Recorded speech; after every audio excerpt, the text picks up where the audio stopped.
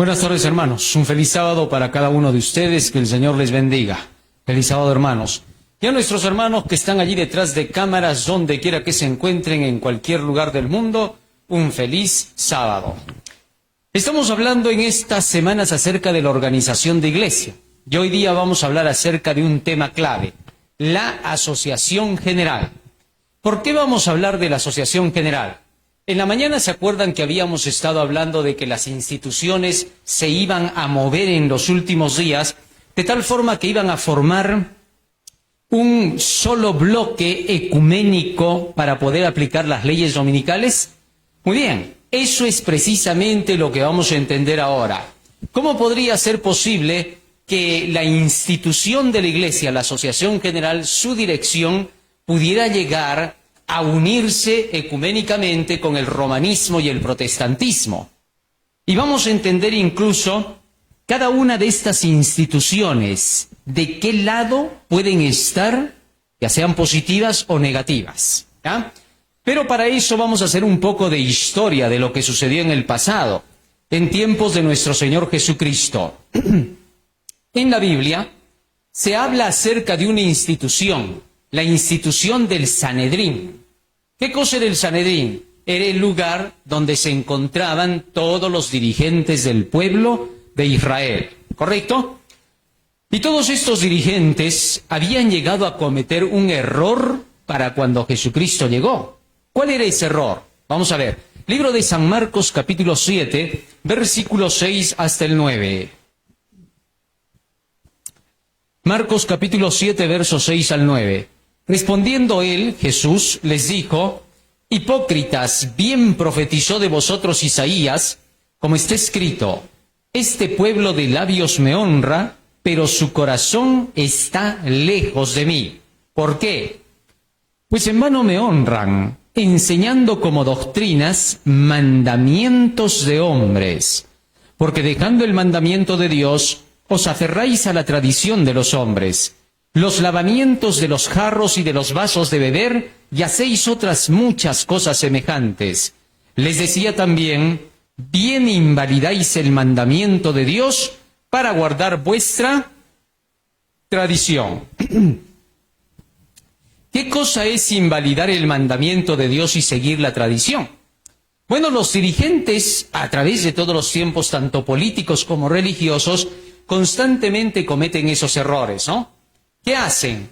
Dejan las leyes que han sido el fundamento para poner ideas nuevas que les parecen mejores que las que estaban al inicio.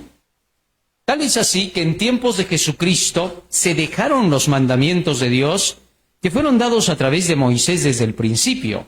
¿Para qué? Para establecer nuevos preceptos, pero esta vez hechos ¿por quién? Por los dirigentes de la época. Uno de los mayores peligros precisamente es ese. ¿Cuál? El que la gente, los dirigentes, cambien las bases que se han tenido para poder innovar, cambiar las leyes y querer que toda la gente se someta a eso. Y solo, ¿por qué? Porque ellos lo ven mejor. Por ejemplo, cuando has estado en el colegio, algunos jóvenes que puedan estar también en el colegio, o cuando has estado en la universidad, ¿cuántos géneros había? ¿Ah? 2 géneros, masculino y femenino.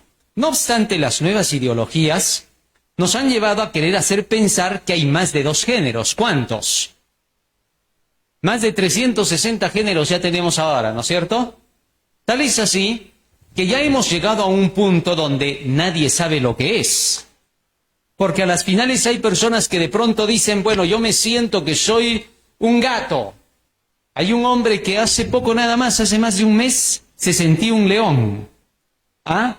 Y entonces hizo la prueba de meterse a una jaula de leones. Ya sabemos cuál ha sido el resultado. ¿Ah? Es que tú no puedes llegar a decir que tú sientes que eres algo porque no vas a poder convivir entre aquello que tú sientes que eres. Tú tienes que ver anatómica y biológicamente cómo eres. Así que no puedes vivir con los loros porque tú no eres loro. Tienes que vivir con humanos porque tú eres humano. Entonces, pasa que con esta nueva idea se ha perdido por completo la identidad. O sea, ya no eres lo que en realidad eres, sino lo que sientes que tú eres. Y esa es la nueva enseñanza que se ha querido introducir en varios colegios, incluso aquí en el Perú, en otros países, donde se ha llegado a hacer pensar que la gente debe de seguir lo que siente que es, en lugar de seguir lo que ve en el espejo que es. Esto es algo totalmente descabellado. Pero nótese cómo los políticos a través de las naciones pueden llegar a implementar este tipo de creencias, ¿sí? Por ejemplo, no yendo lejos, aquí en nuestro país a través de los colegios se ha querido introducir el ideal de que tenemos que aceptar el lenguaje inclusivo y que tenemos que llegar a aceptar un tercer sexo.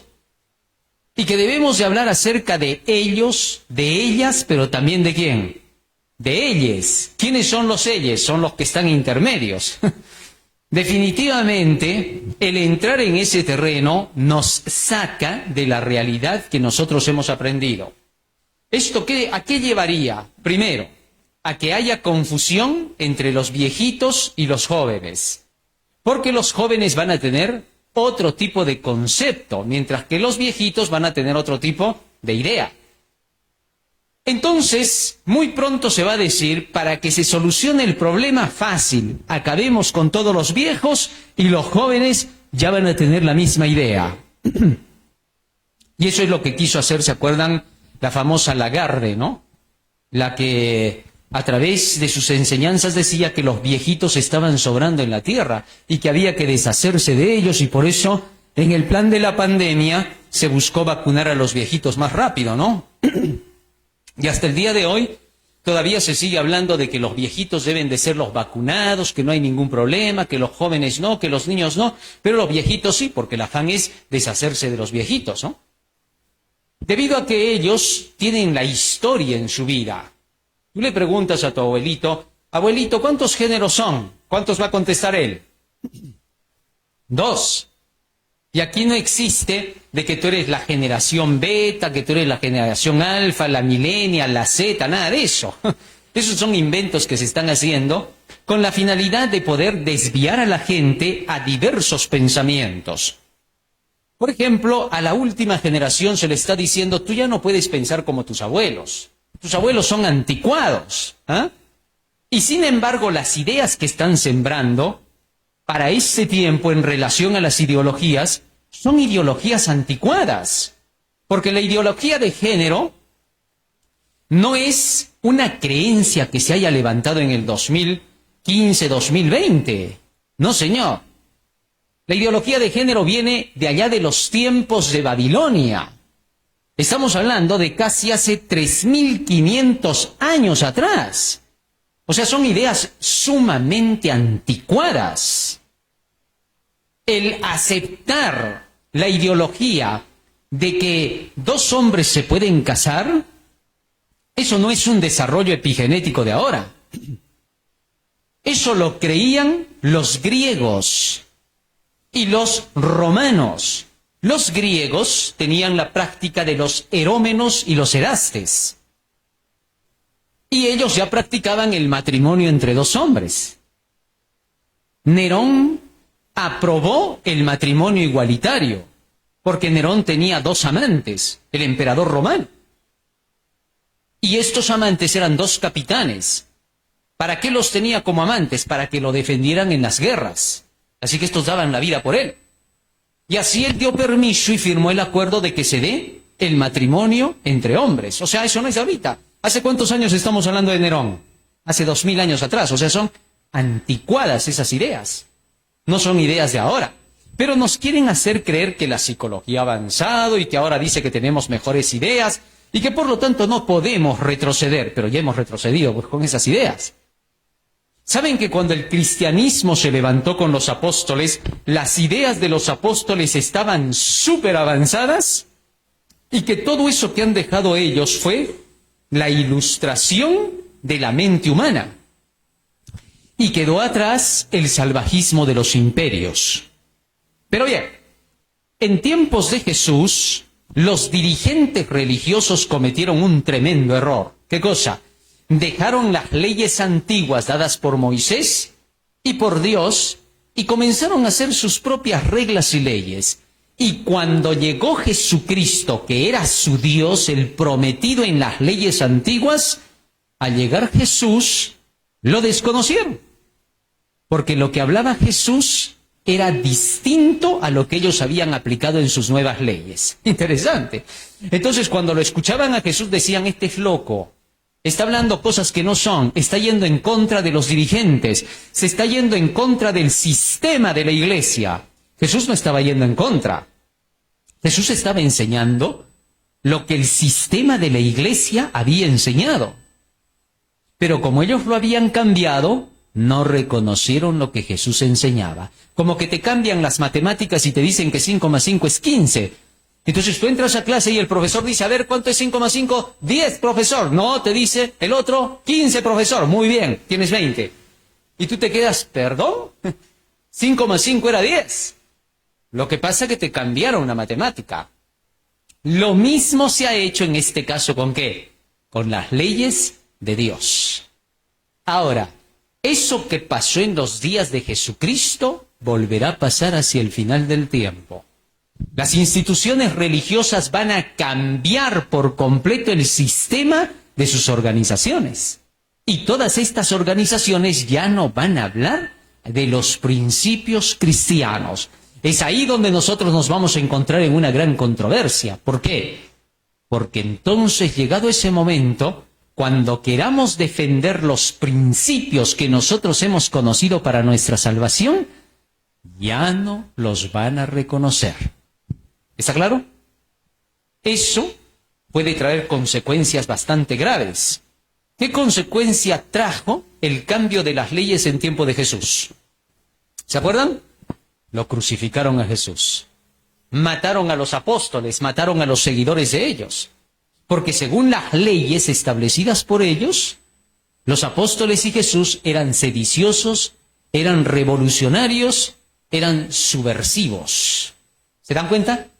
Así que debemos de tener cuidado en eso para los últimos días. Cuando la Iglesia Adventista se levantó en el año de 1844, la Iglesia Adventista se levantó sobre los principios bíblicos.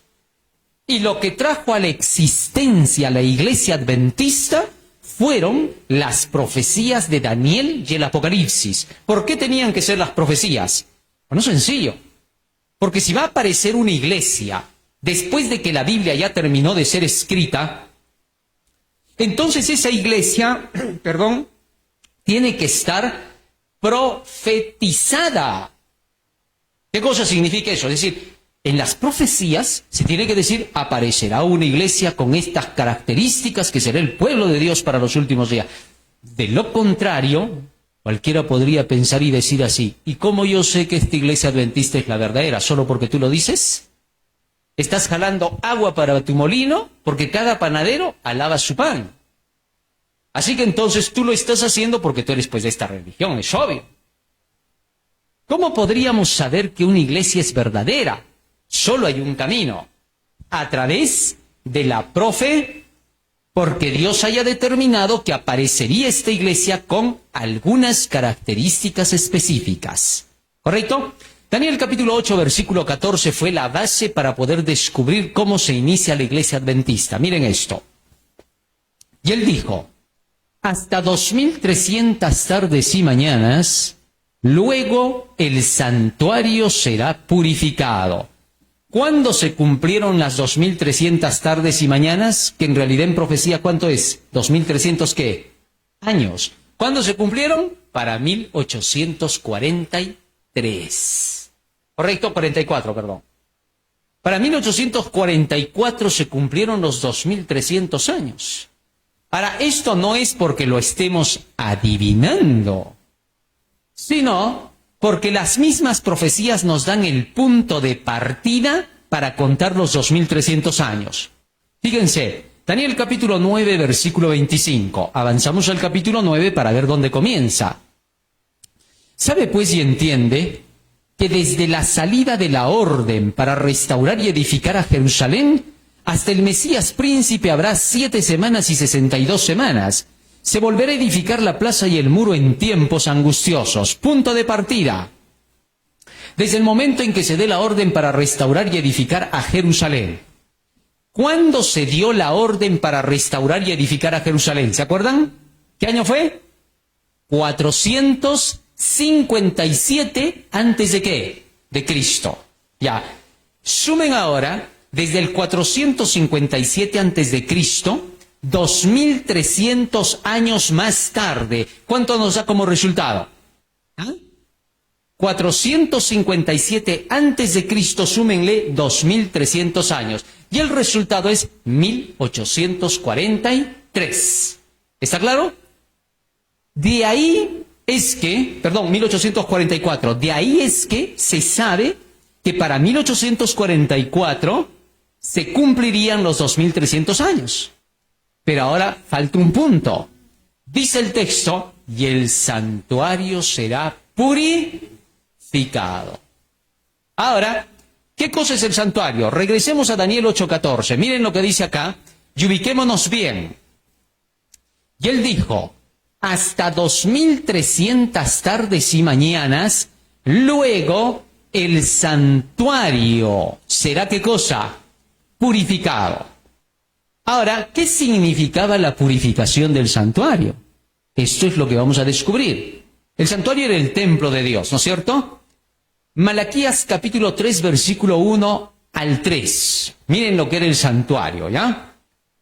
He aquí yo envío mi mensajero, el cual preparará el camino delante de mí, y vendrá súbitamente a su templo, a su santuario, el Señor a quien vosotros buscáis. Y el ángel del pacto a quien deseáis vosotros, he aquí viene, ha dicho Jehová de los ejércitos. ¿Para qué? Miren esto. ¿Quién podrá soportar el tiempo de su venida? ¿O quién podrá estar en pie cuando Él se manifieste? Porque Él es como fuego, ¿qué?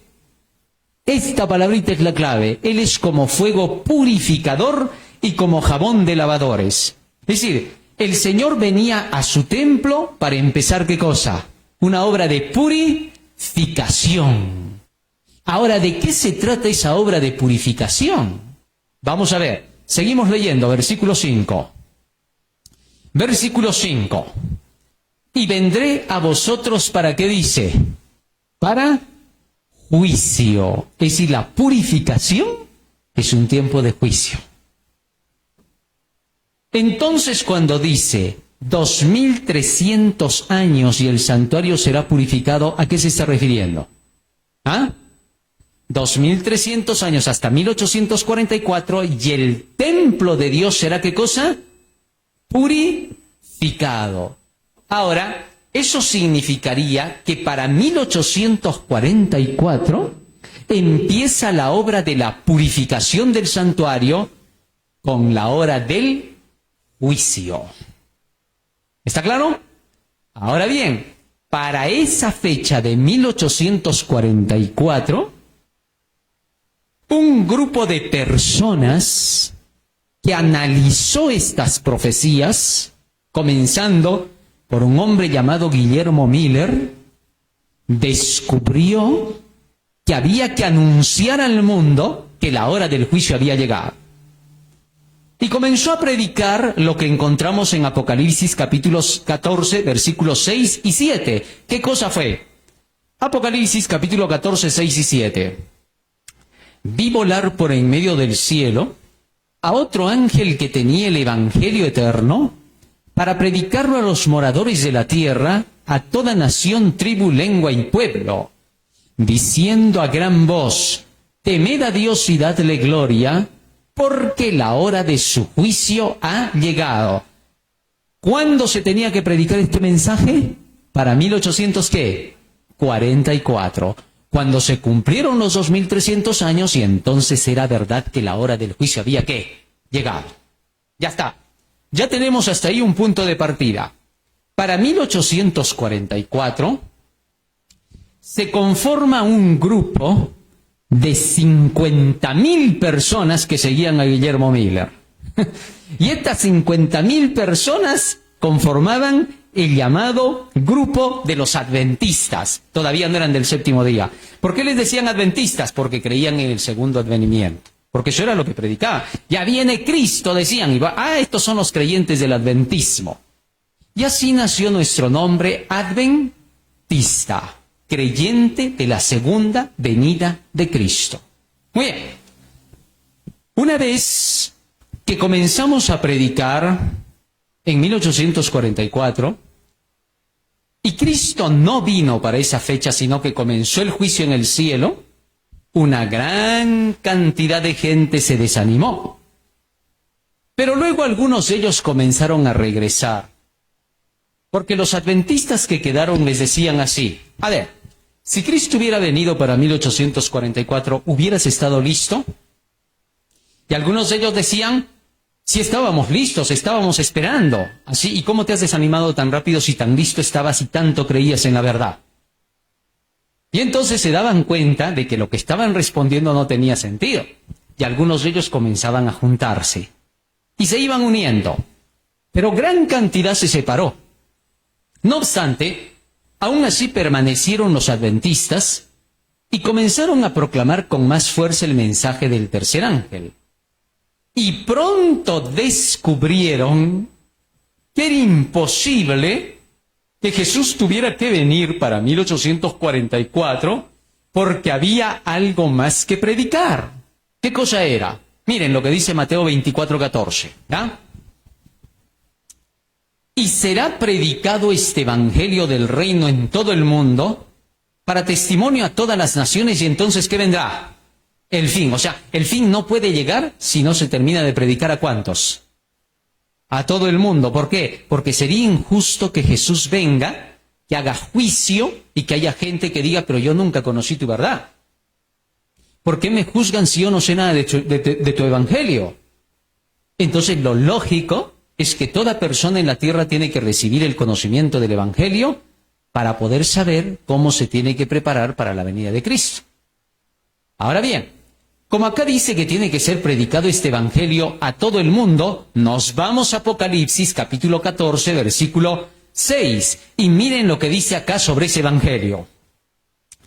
Vi volar por en medio del cielo a otro ángel que tenía el evangelio eterno para predicarlo a los moradores de la tierra, a toda nación, tribu, lengua y pueblo. Este es el evangelio que tiene que ir ¿a cuántos? A todo el mundo. ¿Y qué cosa anunciaba? Versículo 7, sigan leyendo. Diciendo a gran voz: temed a Dios y dadle gloria, porque la hora de su juicio ha llegado, y adorad a aquel que hizo el cielo, la tierra, el mar y las fuentes de las aguas.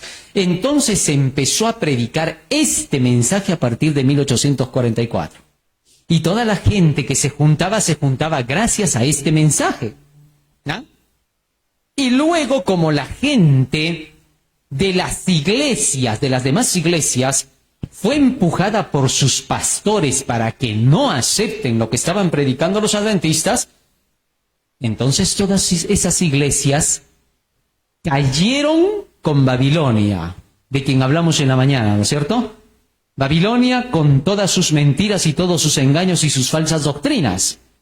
Y entonces por eso el versículo 8 sigue diciendo: otro ángel le siguió diciendo: ha caído Babilonia, la gran ciudad, porque ha hecho beber a todas las naciones del vino del furor de su fornicación. Es decir, este segundo mensaje se dio porque las iglesias protestantes de la época y católicas rechazaron la proclamación de que había comenzado la hora del juicio. El mensaje de la hora del juicio era especialmente, escúchalo bien, para todo católico y protestante, porque se supone que eran los cristianos. Y el mensaje tenía que despertarlos a todos ellos para que se prepararan, porque el juicio iba a comenzar en el cielo, donde todos íbamos a pasar en revista delante de Dios para ver quién se salva y quién se pierde. En esa ocasión, la mayoría de iglesias, por culpa de sus pastores, rechazaron la proclamación del mensaje del primer ángel. Y entonces, los adventistas declararon que todos los que habían rechazado el mensaje del primer ángel se habían constituido ¿en qué? En Babilonia. Y que estaban condenados por Dios por haberse apartado de él. Y de varias personas que estaban en estas iglesias, más adelante, al analizar sus Biblias, se dieron cuenta que los adventistas tenían razón. Y comenzaron a salir de esas iglesias y se unieron al movimiento adventista. ¿Correcto? Pero eso no quedó ahí. Cuando llegó la fecha de 1844 y Jesús no vino, entonces los adventistas dijeron, ¿cuál fue el error? ¿Por qué Jesús no ha venido?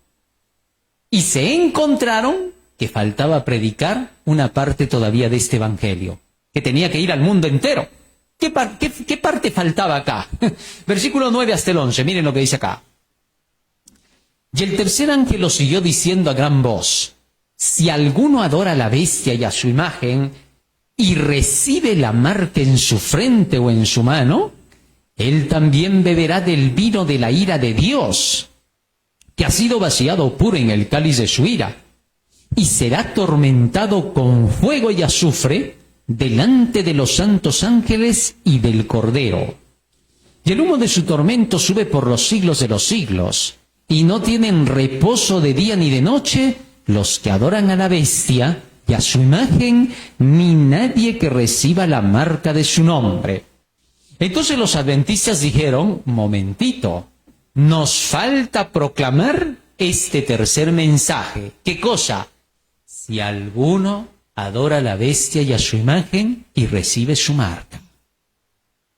Cuando volvieron a los símbolos, encontraron que otra vez el poder de la bestia resurgiría.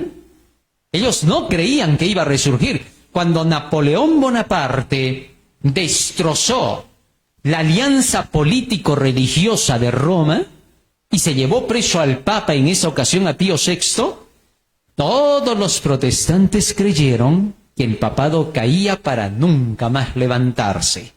¿Y por qué creían eso? Porque en las profecías de Daniel solo se mencionaban 1260 años de poder para el papado. Así que entonces comenzaron a estudiar otra vez acerca del poder de la bestia y su imagen, y descubrieron que el sistema de Roma volvería a resurgir con más fuerza que antes, y que ahora la imagen de la bestia, que son el protestantismo de los Estados Unidos de Norteamérica, se unirían y formarían un bloque y harían imponer por la fuerza su marca. En este caso, el decreto dominical del que hablamos un poco en la mañana. Y entonces los adventistas dijeron, o sea que todavía tenemos que predicar esto, hay que advertirle a la gente. Y salieron a proclamar este mensaje, pero aún no entendían qué cosa era la marca. Para el año 1846 recién comprendieron que la marca era el día de reposo, es decir, el día sábado. Y entonces comenzaron a predicar con fuerza que había que regresar al sábado guardando la ley de Dios. Porque fíjense, apenas termina en el versículo 11 el mensaje del tercer ángel, miren lo que presenta, verso 12. Aquí está la paciencia de los santos, los que guardan los mandamientos de Dios y la fe de Jesús. ¿A eso qué quiere decir? Que había que regresar ¿a qué? A los mandamientos de la ley de Dios. Y es que en el tiempo cuando se levantaron los adventistas, ya no se creía en los 10 mandamientos. La Iglesia Católica había sacado el catecismo, donde el cuarto mandamiento de la ley de Dios ya no existe, guardar el sábado. En lugar de eso se puso en el tercero, santificarás las fiestas. Y cuando fueron al protestantismo, los protestantes ya no creían en la ley, porque los protestantes dijeron que la ley había sido crucificada, que con Cristo se terminaba la ley, que no había más ley. Entonces, ellos dijeron, momentito señores, acá nos falta predicar algo. ¿Qué? Los mandamientos de Dios. Y ahora fíjense en esto, aquí viene lo más fuerte. Después de que termine el tercer ángel hasta el versículo 12, continúa el versículo 13 y 14. Miren lo que dice.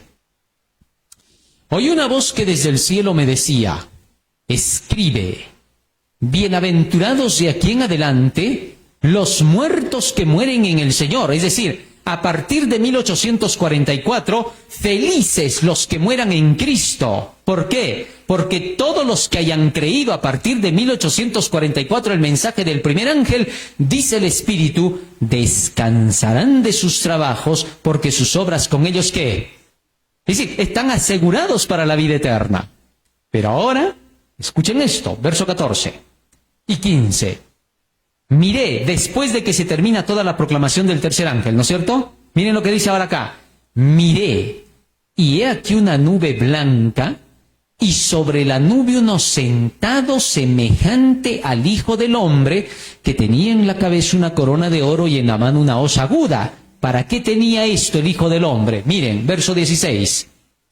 Y del templo salió otro ángel clamando a gran voz al que estaba sentado sobre la nube.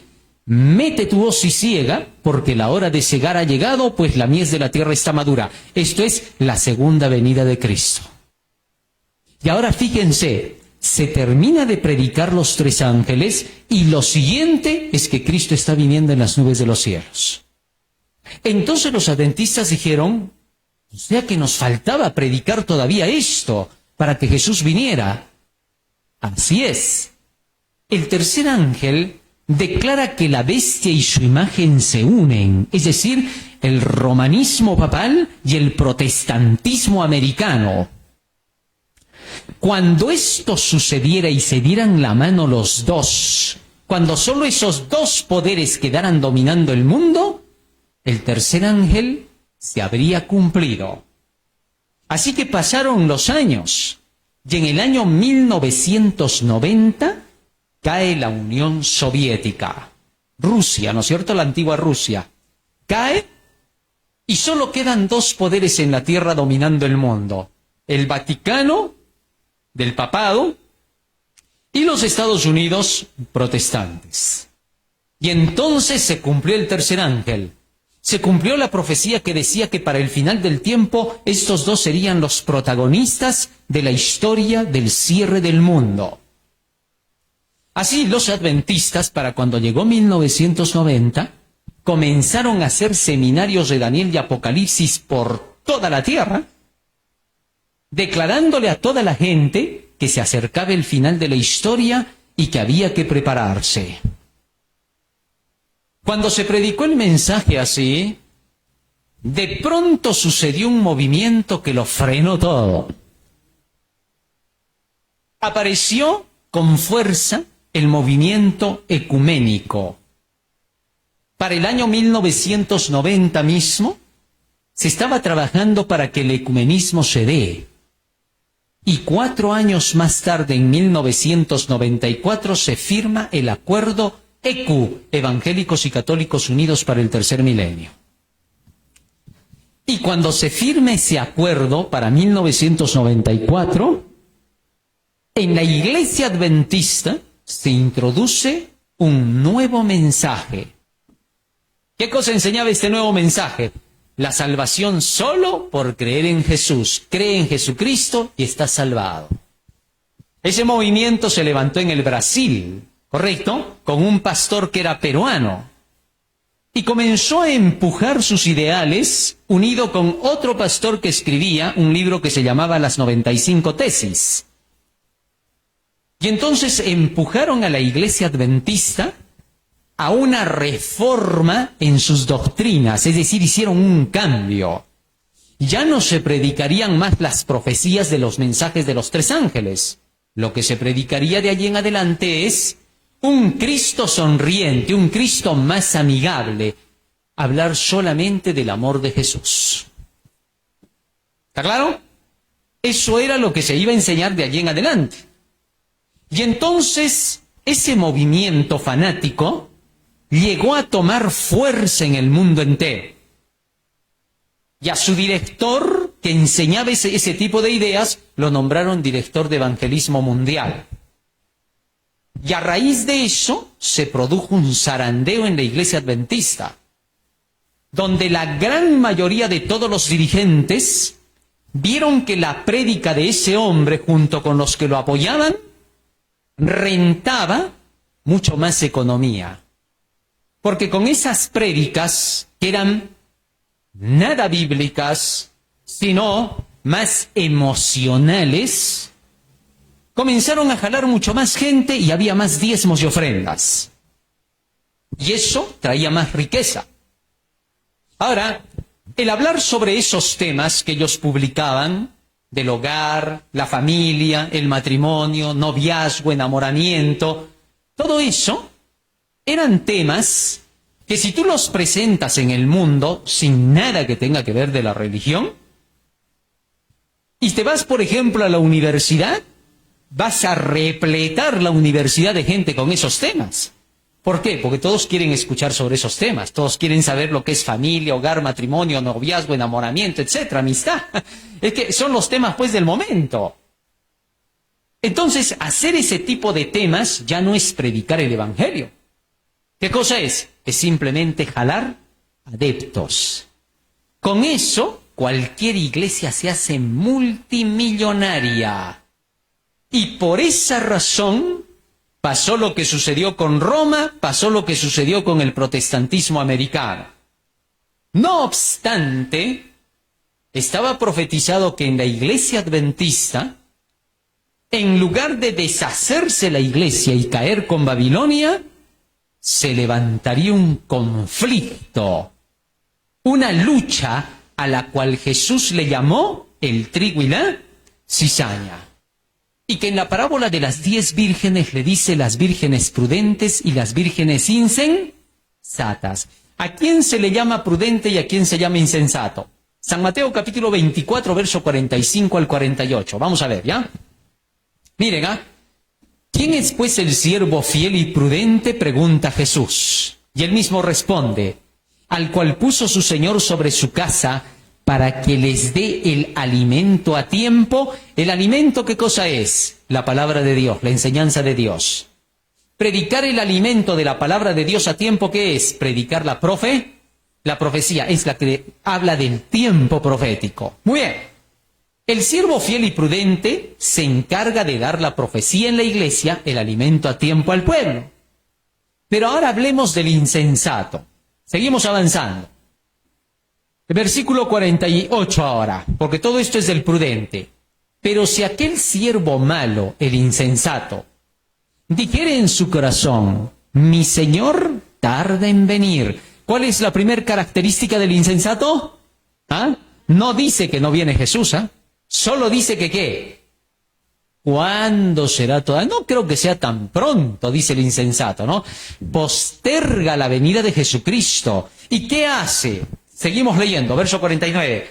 Y comenzare a golpear a sus consiervos, es decir, hablar mal de aquellos otros que predican también el evangelio. Tratar de desprestigiarlos. Y aún a comer y a beber con los borrachos, es decir, se dedica a las fiestas mundanas, a participar del mundo. No le interesa consagrarse a Dios. Son características del falso maestro. Más aún, verso 50.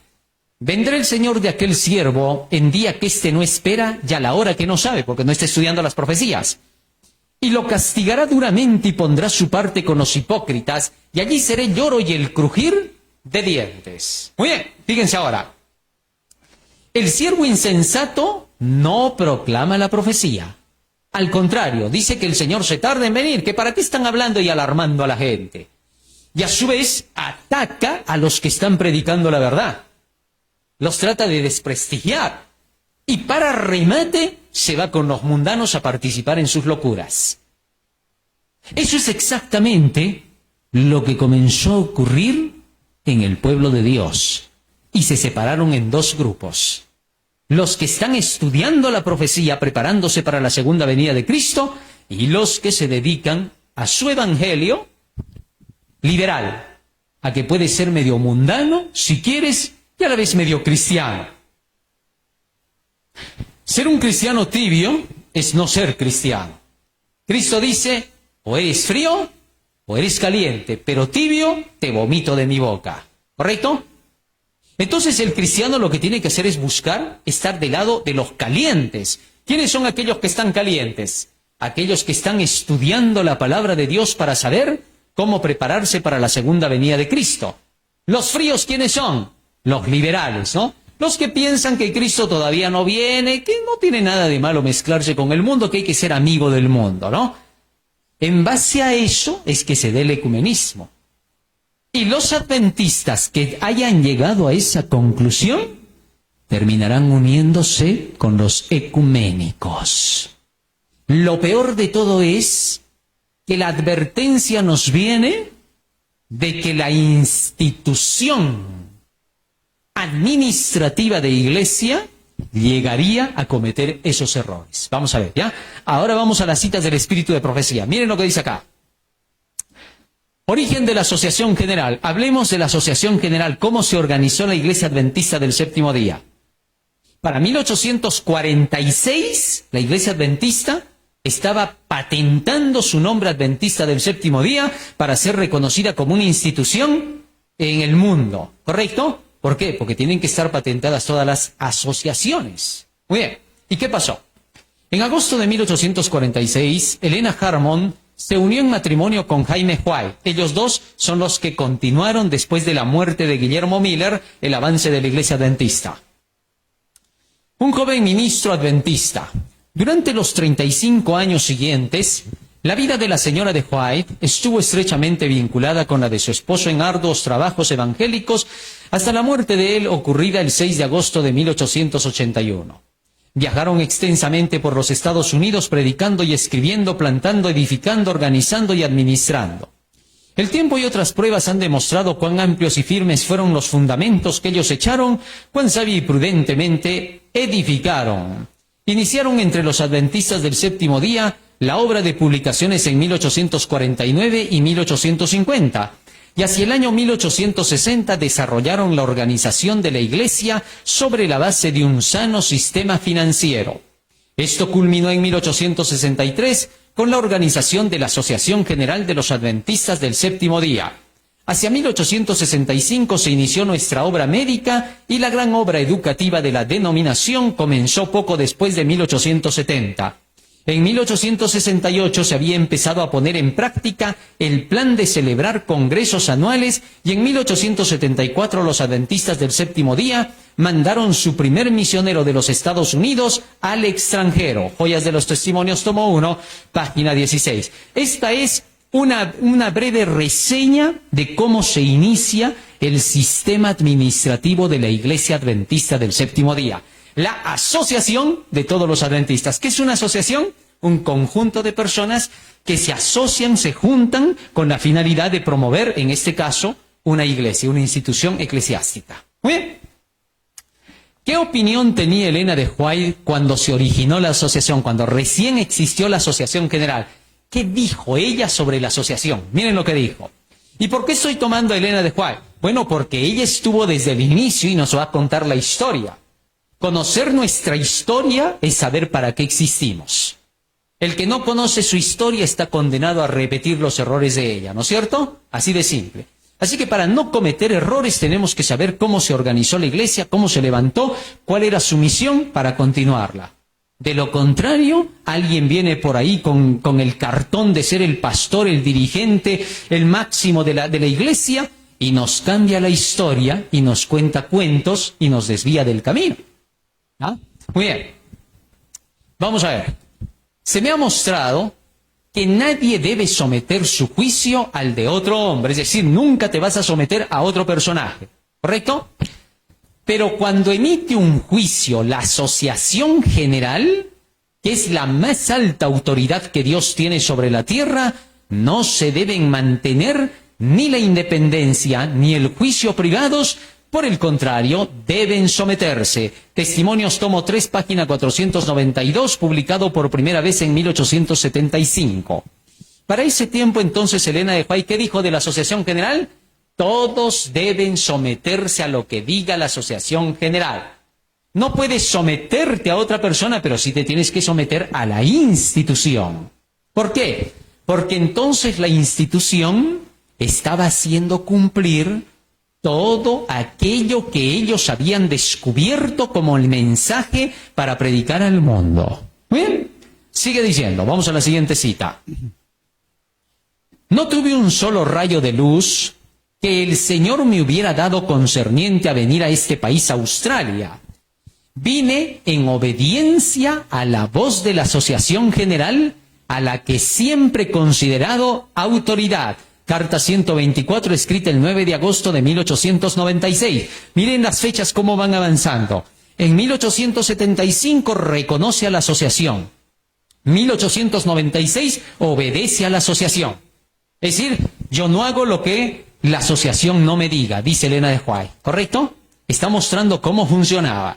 Muy bien, pero eso no se queda ahí. ¿Qué opinión tuvo cuando no quisieron obedecer los de la Asociación General a los testimonios y se opusieron a la predicación del tercer ángel? Resulta que la Asociación General ahora tenía representantes. Estaba el presidente de la Iglesia Adventista del Séptimo Día y estaban los asociados a él, la gente que acompañaba en el gabinete del trabajo del presidente. ¿Correcto? Para ese tiempo eran como 6 a 8 personas las que trabajaban en unión con él para llevar adelante la obra. Pero resulta que ese grupito de pronto ya no quiso predicar el tercer ángel. ¿Por qué? Porque el tercer ángel ya no ¿qué? Ya no daba platita. Entonces, como ya no daba platita, ¿qué hicieron?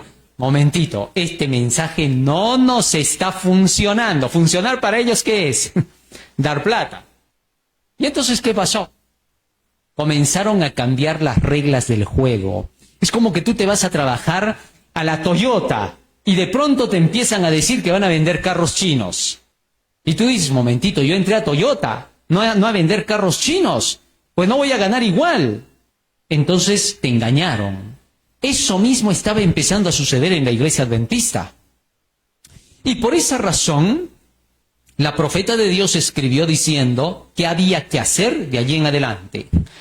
La voz de Battle Creek, en Battle Creek se encontraba en ese pequeño lugar, se encontraba la Asociación General. La voz de Battle Creek, que ha sido considerada como autoridad para aconsejar cómo debiera hacerse la obra, ya no es la voz de Dios. Miren lo que dijo ella. La Asociación General ya no era reconocida como voz de Dios. ¿Por qué? Fácil. ¿Qué cosa es la voz de Dios? La palabra de Dios, porque ahí está su voz, no la escuchamos. Nadie sabe qué tipo de voz tiene Dios, si es aguda, si es grave, si es baja, tenor, barítono, no sabemos. Pero la voz de Dios está en su palabra, en las Escrituras. Y entonces ella dice, ahora la Asociación General ya no está hablando en nombre de Dios, está hablando en su propio nombre. ¿Cuándo dijo eso?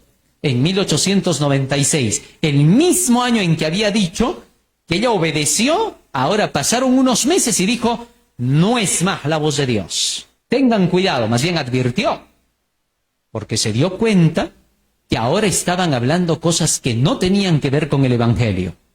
¿Puede pasar eso en la iglesia? Sí. Pasó en el pueblo de Dios de los tiempos de Moisés, pasó en los tiempos de Jesús, pasó en la Edad Media. No es raro que pase. Por eso, el pueblo de Dios tiene que estar asegurándose de conocer a Dios. Cuando Dios dijo de David, del rey, hombre según mi corazón, estaba refiriéndose a que David estaba de acuerdo con las leyes de Dios. ¿Correcto? Más allá de su humanidad y sus imperfecciones humanas, él estaba de acuerdo con las leyes de Dios, armonizada con el cielo. Entiéndase bien eso. Y entonces, ¿qué pasó? Sigamos avanzando en la historia. Dice ella, han pasado algunos años desde que he considerado a la Asociación General como la voz de Dios. 2 años más tarde declaró eso. Han pasado años desde que yo había dicho que la Asociación General era la voz de Dios. Ya no es. Es decir, estaba negando por completo que la Asociación General tenga el mando. Al principio había dicho que nadie vaya en contra de la Asociación General.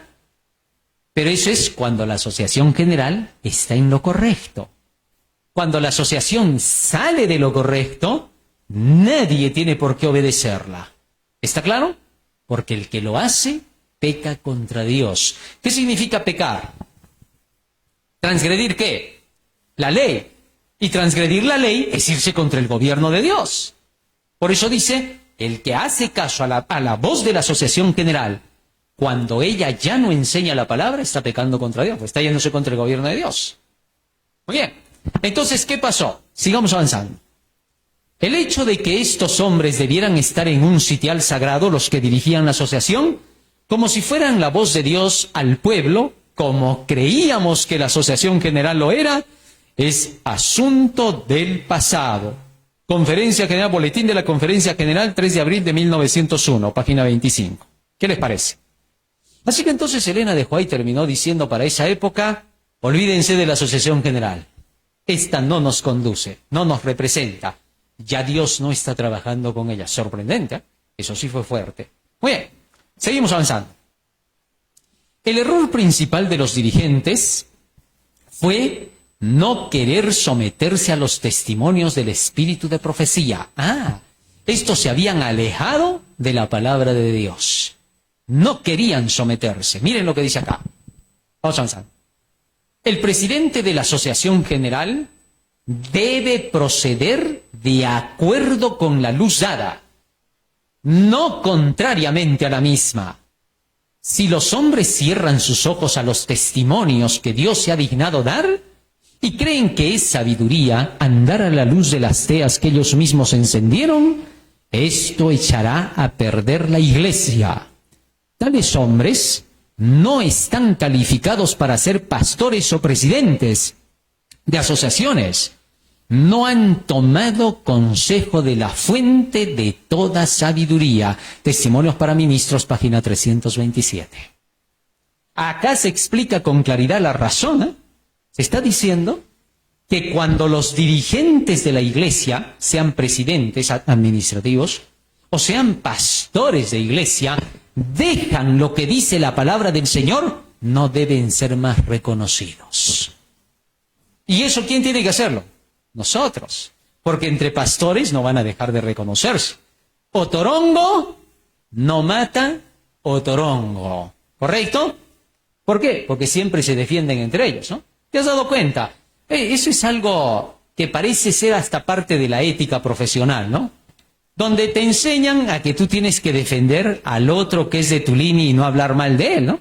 Es como cuando vas al dentista, doctor, por favor, estoy mal con la muela. Fui a otro odontólogo, pero me lo ha hecho mal todo. No puedes decir eso, te dice, ¿no? No, cada quien sabe cómo hace su trabajo. Pero no digas que está mal, él ha hecho lo que ha podido. Pero en su cabeza está diciendo cómo le ha podido malograr así la boca. ¿Por qué? Porque abiertamente otorongo no mata otorongo, se protegen, ¿no? Lamentablemente también sucedió en la iglesia. Y otorongo no mata otorongo, se protegieron entre ellos y se olvidaron del pueblo. Eso es peligroso, ¿no? Eso pasó en los días de Jesús, pasó en la Edad Media, vino la Inquisición, vinieron las persecuciones, etc. Seguimos. El no someterse a los testimonios hizo que los dirigentes se opusieran finalmente a Este es el resultado. Al no someterse a las enseñanzas de la iglesia, de la palabra de Dios a través de los testimonios, ¿qué cosa fue lo que pasó? Terminaron oponiéndose al evangelio mismo. ¿Cómo así? Vamos a ver. El tercer ángel es nuestra obra.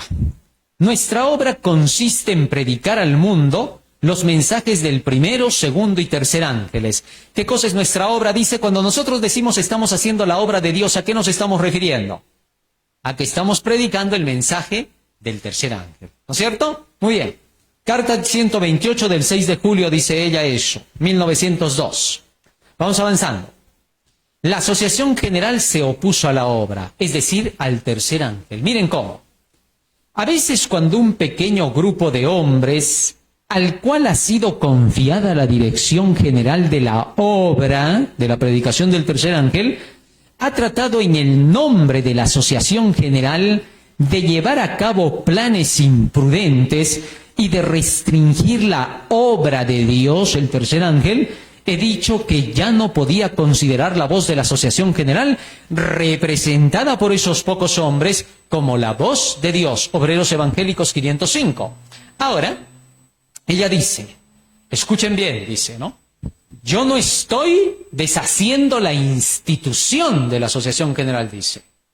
Yo lo que estoy diciendo es que cuando estos hombres que la dirigen, el presidente y su gente que está ahí, habla en contra de la obra de la proclamación del tercer ángel y lo restringe. Restringir significa ¿qué?